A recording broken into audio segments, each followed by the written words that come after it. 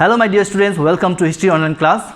So today we will be doing from your history portion, that is chapter number 4, the Mauryan Empire.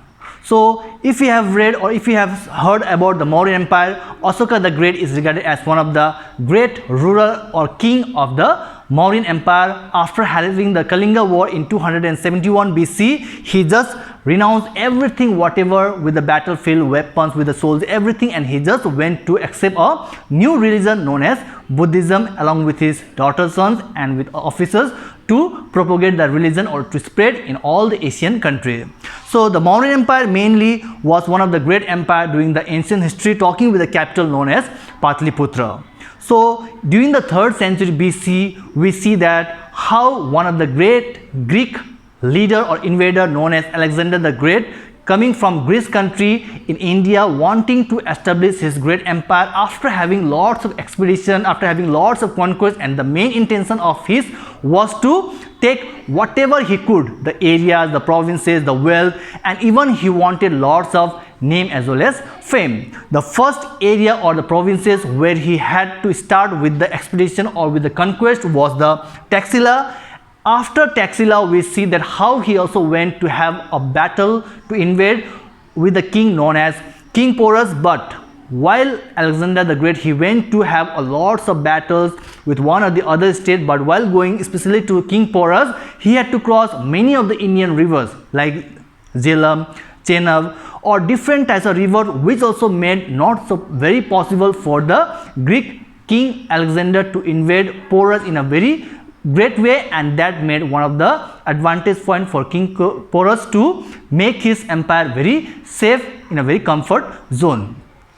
So even Alexander, he also invaded Bactria, Signoria. This were the starting point how he also wanted to invade some of the Indian states or the areas or even the provinces that would make him one of the great king after coming from Greece country. Next, talking about Aristotle. Aristotle, you must have heard about Aristotle. He is also regarded as one of the great philosopher, one of the great reformer, and even he is regarded at present the father of your biology subject, botany, as well as the political science.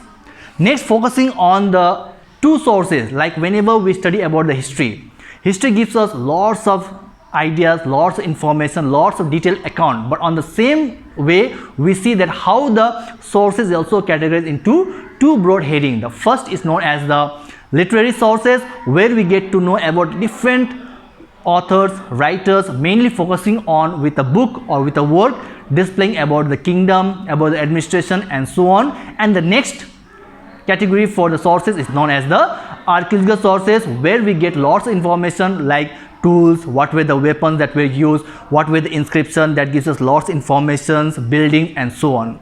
So the first topic we will discuss with the literary sources is known as the Arthashastra.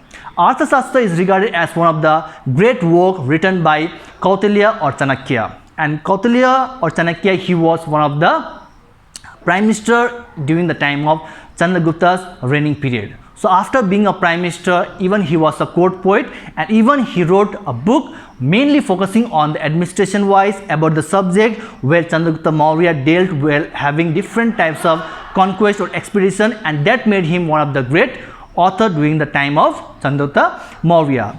Second, focusing on the Indica. Indica is one of the great work or a book written by a foreign traveler coming to India, residing in a capital of Mauryan Empire known as Patliputra, and his name was Megasthenes. And Megasthenes mainly wrote about the city of Patliputra, how he stayed there for how many years, what he saw, a very interesting facts about Patliputra, about the administration, and even about the buildings and the monuments that were built during those era, and talking about the land revenue system too. Next, focusing on the archaeological sources. So when we talk about the archaeological sources, we get information regarding even this was a system, this was also a place where the people were been getting a lots of things to know about those kinds of sources. So first and foremost, we talk about the Asokan rock edicts. Asoka, very famous with Asoka the Great, with lots of his administration, with the land revenue that he made, a military system with lots of great weapons for his soldiers with the proper training, and even under the Asoka it has got 14 rock edicts.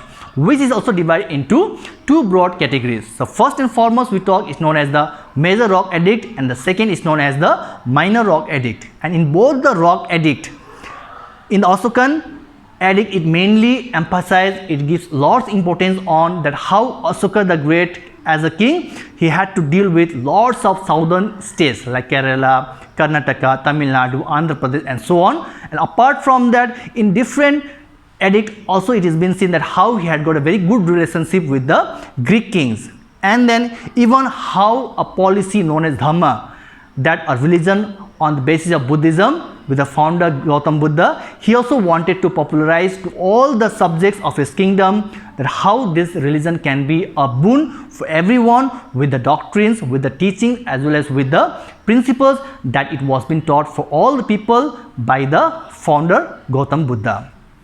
So in that way also we get to know about various sources from the archaeological sources on the topic known as Asokan rock edicts, and it mainly gives a detailed account with lot of information. Next, talking about the second point with the archaeological sources is known as the Sanchi Stupa.